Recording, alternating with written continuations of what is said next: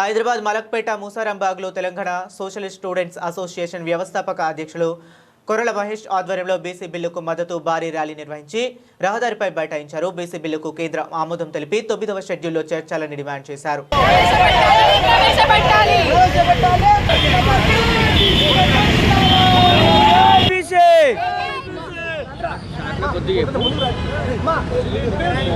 ఈరోజు తెలంగాణ రాష్ట్ర వ్యాప్తంగా బీసీ రిజర్వేషన్లను చట్టసభల్లో వెంటనే అమలు చేయాలని చెప్పేసి ఈరోజు తెలంగాణ బీసీ జేఏసీ ఏదైతే ఉందో ఆ పిలుపు మేరకు ఈరోజు తెలంగాణ సోషలిస్ట్ స్టూడెంట్ అసోసియేషన్ ఆధ్వర్యంలో ఈరోజు తెలంగాణ బంద్కు పిలుపునివ్వడం జరిగింది.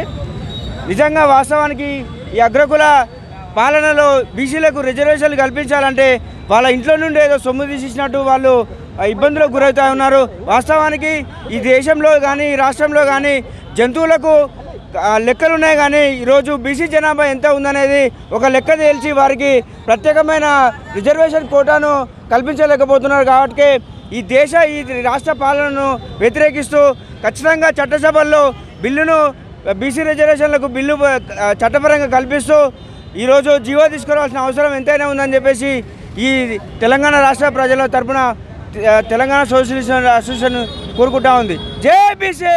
బీసీ జేఏసీ చైర్మన్ దళిత వర్గాల దళిత బహుజన వర్గాల పెద్దన్న, మా బలహీన వర్గాల పెద్దన్న, మా యొక్క టైగర్ ఆర్ కృష్ణన్న పిలుపు మేరకు పెద్ద ఎత్తున రాష్ట్ర వ్యాప్తంగా ఈ యొక్క బీసీ రిజర్వేషన్ల పెంపు కొరకు ఈరోజు తెలంగాణ సోషలిస్ట్ స్టూడెంట్ అసోసియేషన్ తరఫున పెద్ద ఎత్తున వందలాది మందితోటి మేము యొక్క ర్యాలీ నిర్వహించడం జరిగింది. మేము ప్రధాన ఉద్దేశం ఈ యొక్క తెలంగాణ సోషలిస్ట్ స్టూడెంట్ అసోసియేషన్ మేము పెద్ద ఎత్తున రిజర్వేషన్ల పెంపు కొరకు మేము గత కొన్ని సంవత్సరాల నుంచి పెద్ద ఎత్తున పోరాటాలు చేయడం జరుగుతుంది.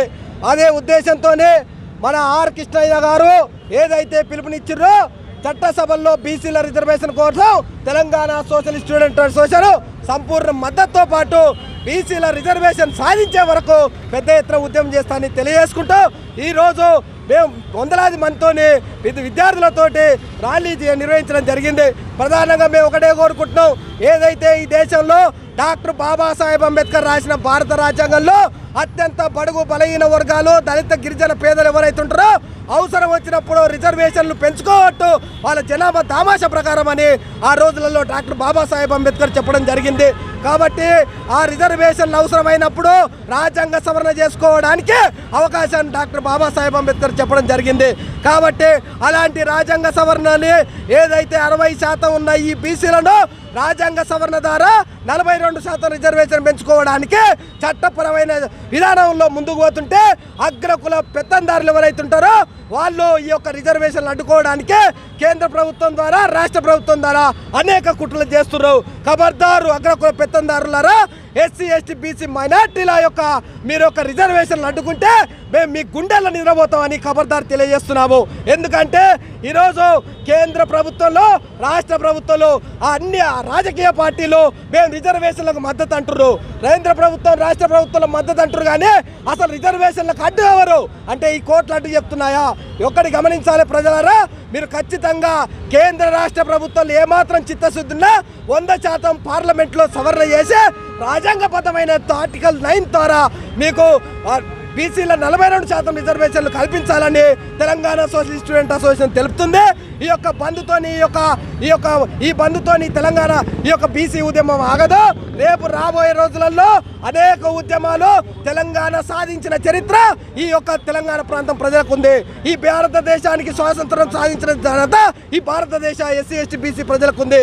కాబట్టి అదే తరహాలో రేపు రాబోయే రోజులలో పెద్ద ఎత్తున మేము తెలంగాణ ఉద్యమానికి ఏ విధంగా సిద్ధమైనా, భారతదేశ స్వాతంత్ర ఉద్యమానికి ఏ విధంగా సిద్ధమైనవో ఆ విధంగా మేము మిలియన్ మార్చ్ మేము నిర్వహించే పెద్ద ఎత్తున వందలాది వేలాది లక్షలాది మందితోనే రాష్ట్రం కాదు దేశం వ్యాప్తంగా మా ఉద్యమాన్ని విస్తరిస్తామని తెలియజేస్తున్నాము.